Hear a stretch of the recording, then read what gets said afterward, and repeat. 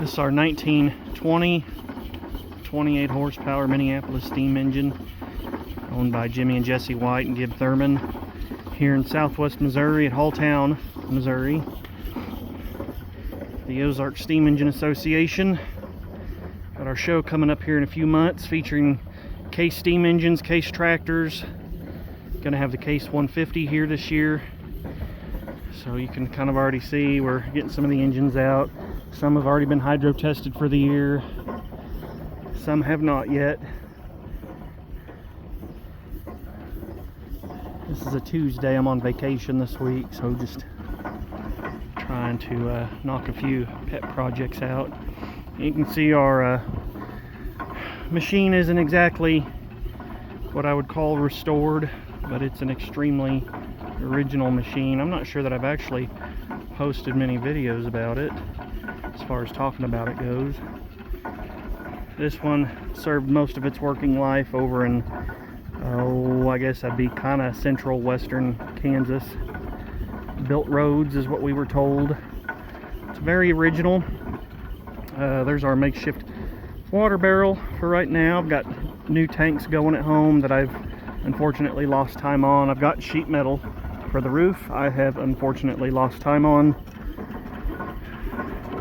Mr. Joe McKee got our original Minneapolis valves redone. They're working really well. I'm just out here firing it enough, trying to make sure everything works. This is the first year we'll actually have our original geared Minneapolis water pump on that Mr. Joe McKee kind of went through. Had to have a couple parts rebuilt on it. And the gear it rides on, yeah, I don't know if you can even see it, is a bit noisy. It's been a long time since it's been on there. But it rides off of a smaller gear there on the crankshaft. So it's a little noisy. She's got a couple little drips here and there. Been fighting with, but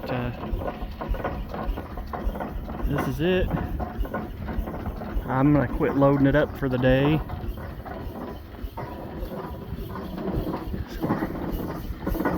Wheel there.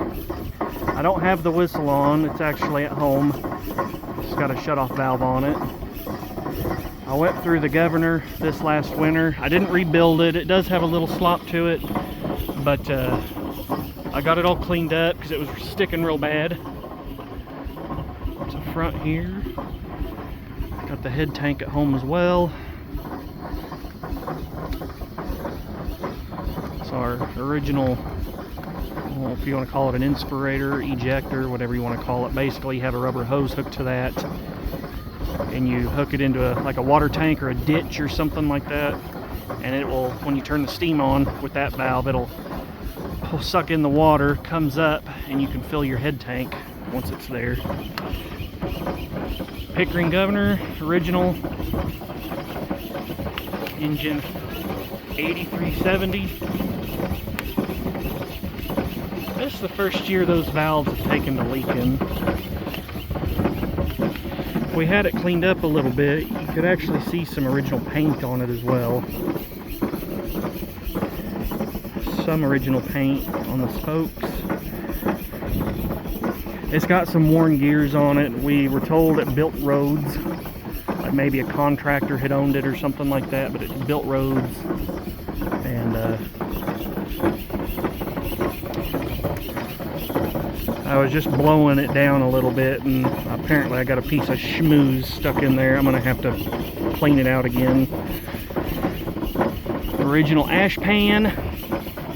Don't see a lot of those that survived.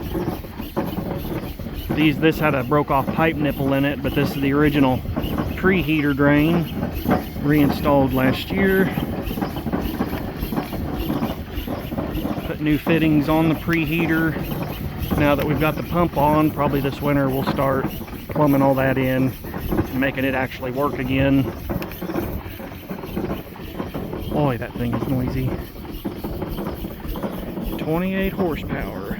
Kind of hard to believe that's all this thing's rated for. It's got a bit of a knock in the valve gearing. You can kind of see our our, well, it's called the reverser lever, bouncing like that.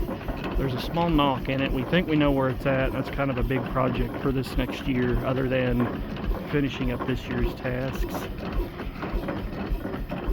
Kind of disheartened at how things have gone this year for getting what I could done on it. So for everyone who wonders about these Minneapolis engines, a lot of them come with an oil pot, and that is an original oil pot with the original lines on it, and you'd fill that with waste oil or gear oil or what have you. And all these lines have little adjustments on it, and they go down to various areas. So, and you've got a main valve on it that actually runs back, and the driver can turn it on or off. So you can oil certain bearings and certain gears on it. There's more paint and whatnot. Yeah, she's a little ugly looking, but it's boiler's very good on it. Got some, like I said, some leaky valves. Throttle valve really needs rebuilt on it. Like I said, those gears are a bit worn. You can see through there. Full gears and intermediate gears aren't bad. That one's a little bit worn. That one's not too bad. Spiders are pretty worn. I'm not going to drive it today. I just wanted to run the engine and make sure that everything that I had taken off this winter was going to not leak. And so far I've had success with them not leaking, but other leaks have unfortunately showed up. It's also got a mechanical lubricator there with that little handle that's going around. Next to it is a hydrostatic lubricator. I have no reason to believe that that is not an original, because it is a Detroit Model Zero, and those Detroit Model Zeros were specifically made for traction engines. However, the build sheets we have found for this engine indicate it did not come from the factory with it. We think it was a dealer add-on, but it has two ways that you can get steam oil into the cylinder. So again, very original engine, runs well, runs smooth. Like I said, a few leaks. Just kind of taking it year by year, one thing at a time to get fixed. Also had to have a new step brace made as well, and I need to get a new longer bolt put in that, because whenever we got the engine it only had the one right hand side, but get this left hand side bolted on, should be a little more stable. Alright guys, thank you for watching.